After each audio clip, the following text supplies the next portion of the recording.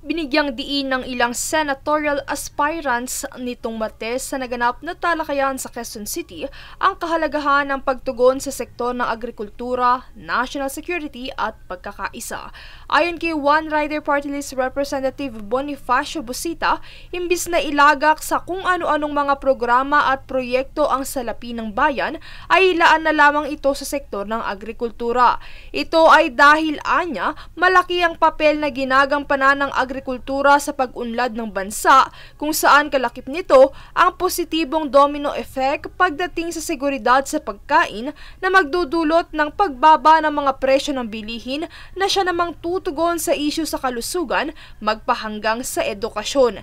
Kaya malaking tulong kung ito ay matutugunan ng pamahalaan dahil pagpapaliwanag niya, malaki ang gastusin ng mga magsasaka sa kanilang mga sakahan at halos wala na silang kitain bunsod ng kakulangan ng suporta. Samantalang kung nasusuportahan po ng pamahalaan ang mga magsasaka, tataas ang produksyon sa agrikultura. Pag tumaas ang produksyon sa agrikultura, giginhawa ang buhay ng mga magsasaka, hindi masasayang ang ating mga lupain, hindi katulad ngayon, mga nakatiwangwang. Pag tumaas ang produksyon sa agrikultura, magiging mura ang bilhin sa palengke. Kung maliit lamang po ang iyong kinikita, napakaganda sapagkat mababa ang bilhin sa palengke. At the same time, yung pong kalusugan ng ating pamilya ay aangat. At karugtong nga po nito, nabanggit ko, kalusugan, karugtong nito ay itong edukasyon. Sa panig naman ni retired Philippine Marine Colonel at Senatorial Aspirant Ariel Querubin, kanyang sinabi na ang ugat ng lahat ng problema ng bansa ay ang korupsyon. Korupsyon, yan ang dahilan kung bakit may mga gutom, may mga hirap na kababayan natin. Anya, kailangan ng isang matapang na senador upang labanan ang lahat ng mga katiwalian sa politika. Habang ang ipinaglalaban naman ni former Commissioner ng National Commission on Indigenous People at Senatorial Aspirant na si Allen Capuyan ay ang agenda para sa tao. We have three branches of government. They have independent powers. Pero hindi ibig sabihin, magkanya-kanyang diskarte.